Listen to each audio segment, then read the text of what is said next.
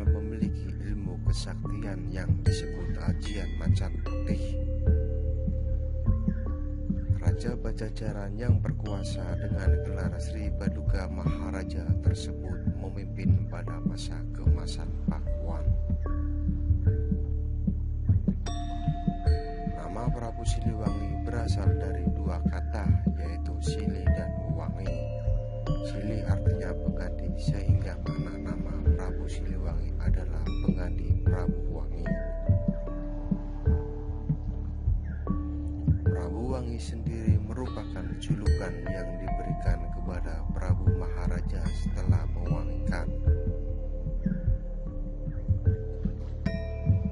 Semasa mudanya, Prabu Siliwangi terkenal sebagai kesatria pemberani dan tangkas. Bahkan beliau merupakan satu-satunya yang berhasil mengalahkan Ratu Jepara sewaktu bersaing memperebutkan Subang Larang sebagai seorang istri. Begitu resmi dinobatkan sebagai raja, tindakan pertama yang dilakukan Prabu Siliwangi adalah menunaikan amanah sang kakek, yaitu membebaskan rakyat dari pajak karena rakyat telah dengan tegas mengamalkan ajaran Dewata.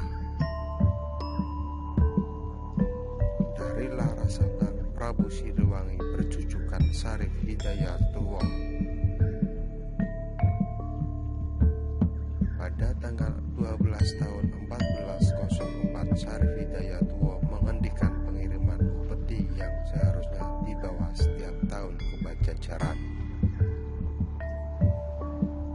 Di saat yang sama, armada Laut Demak telah berada di pelabuhan Cirebon untuk menjaga kemungkinan datangnya serangan Pajajaran. Ketika itu, Temenggung Jagabaya dikirim beserta 60 anggota pasukannya ke Cirebon.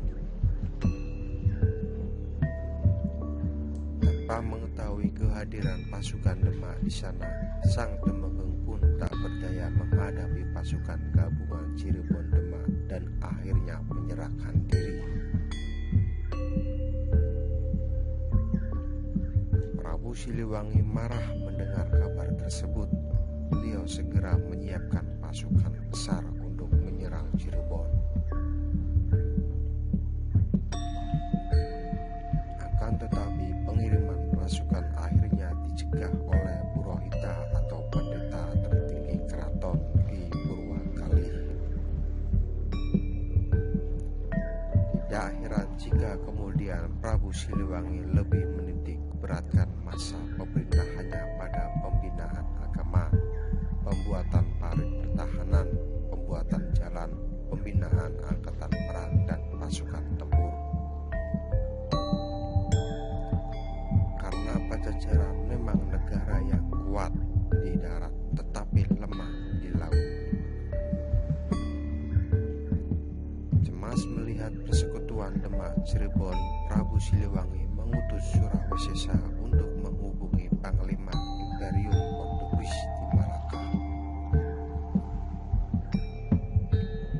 Pangeran Cakrabuana maupun Syarif Hidayatullah sesungguhnya tetaplah menghormati Prabu Siliwangi masing-masing sebagai ayah dan kakek.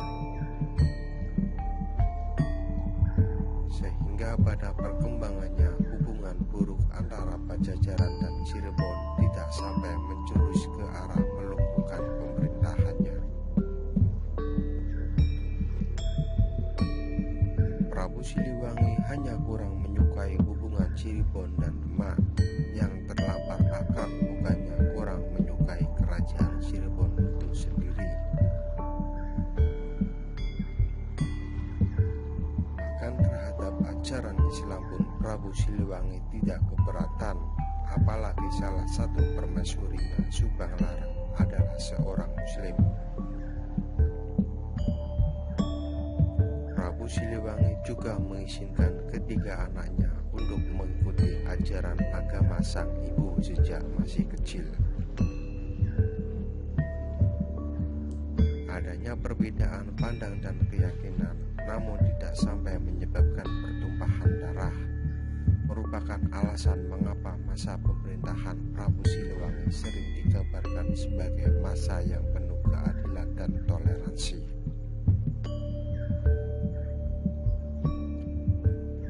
Kejujuran dan keadilan merupakan titik berat pada masa pemerintahan beliau. Tak heran jika sampai hari ini hingar-bingar kebesaran nama beliau masih terasa. Meskipun ratusan tahun lalu berlalu sejak Prabu Siliwangi memutuskan untuk moksa atau menghilangkan diri dari alam nyata.